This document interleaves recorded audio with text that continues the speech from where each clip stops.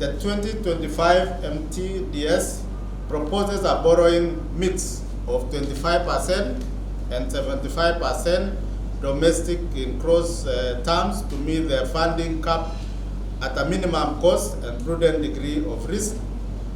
That means that we shall borrow 25% from external and 75% of our borrowing will be from the domestic market. This will be achieved through mobilization of resources from domestic market, through issuance of treasury bonds, and every month, central bank normally issues these bonds, and also we have treasury bills which are done every week. External borrowing through concessional loans from multilateral, bilateral, and limited commercial loans, such as international bond issuance. Selecting borrowing strategies to fund the budget deficit and manage the public debt sustainability. Normally, in the budget, we have a shortfall, which we normally finance through debt. And it is a strategy which gives the way, so now we can raise funds at a cheaper price. And also, if we are to borrow externally, we get which are at a cheaper rate also. So the comments from the public is very important, because whatever we borrow, we use for their development needs, and they should also be able to see what this debt has done in their communities. Yeah, it is a medium-term policy, so it's not medium term, is 1 to 3 years, and it's to finance the shortfall. You know, when we do the budget, we have the budget, then we have the collection from our revenues, but then the shortfall is to be financed externally and locally. So it's the document which will prescribes how we are going to borrow. Like in this strategy, we are going to borrow 25% external and 75% domestic. Yeah, the debt situation is as you are aware, is not very good, but we have policies and mechanism on how to improve it. You saw the rating, which changed from negative to positive last week on Saturday, and it is a very good. It's very good for Kenya, because when we shall now go to borrow, the rates will now also change. We should be able to get at a lower rate, because the world looks at us positively. Financing the budget, we also have debt which we have taken, and we have to pay the interest and the redemption. And it's currently is quite high. It's around 1.9 trillion. So if we don't have funds to pay the maturing debts, then we have to borrow so that we have to pay our debts. Thank you. The medium-term debt strategy is prepared the backdrop of heightened public awareness now on the public debt. The public wants to know what is this public debt. And it is a considerable requirement that we must tell the public what our public debt is, what is the composition of that public debt, and why we do borrow. Actually, there is a notion that we just borrow without a plan. No, we don't borrow just without a plan. Actually, we borrow because the borrowing needs is occasioned by the public, us, because the financing needs we have is more than our revenue, and we borrow because there is a gap. We must agree, or we must understand that we borrow because there is a gap between revenue and expenditure.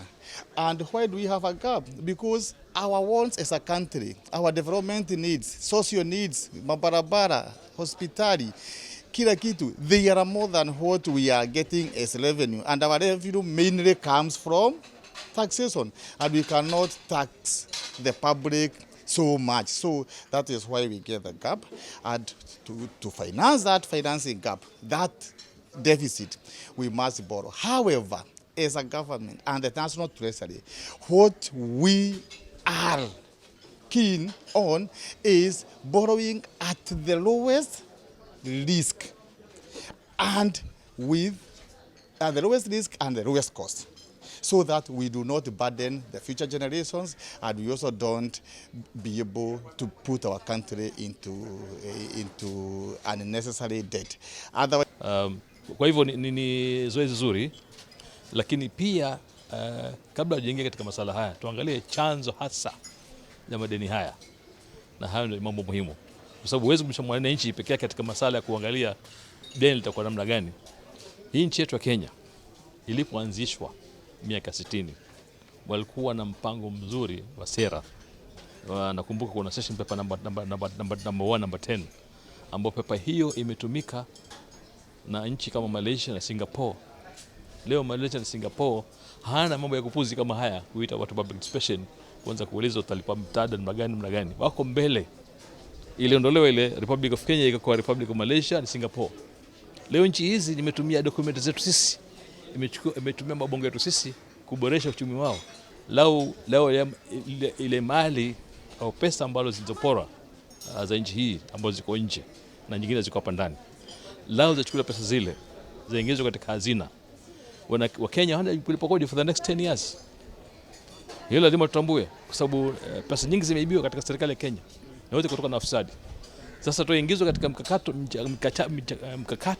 mchakato wa kuangalia ni njia gani tutalipa madeni. Na madeni pesa ziko. Kuna taasisi ambazo zimeanza kuchukua pesa ambazo zimeibiwa, mali ambazo zimeibiwa, pesa ambazo zimepatikana kwa njia ya ufisadi. Hizi ndio ambazo tutakazotufanya mkakati kama wananchi. Watuite sisi, bwana, tuambieni hizi pesa zimeibiwa, sasa tutumie njia gani kuzirecover, kwa sababu ufisadi ndio ambao unachangia pakubwa katika masuala ya madeni. I think it's a good initiative from the government side, but as the youth we believe that debt management is not a big problem as a country. A big problem is corruption, because according to anti-corruption report, the latest one, around 608 billion is lost annually on corruption. So if we can curb corruption, then it's easier for us as a country to manage our debt. We better deal with corruption before we even think of how we can get more debt. So for us, we believe the starting point is management of corruption. That means we need to have innovative and strategic in finding ways to generate more revenue. At core, public participation is cornerstone of good governance. After all, the best ideas often come from the ground. We here today, not just to present ideas, but to hear from you, and we look forward to hearing your thoughts and engaging in a meaningful dialogue. This juncture, I want to welcome Director and Treasury and participation.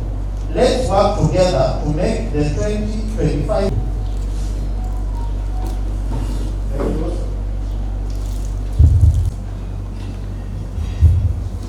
Members of the media, of the Public Finance Management Act 2012, and the director,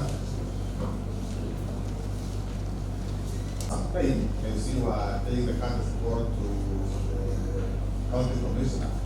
Those who have the program, you can see representative from the various sub-counties and counties present.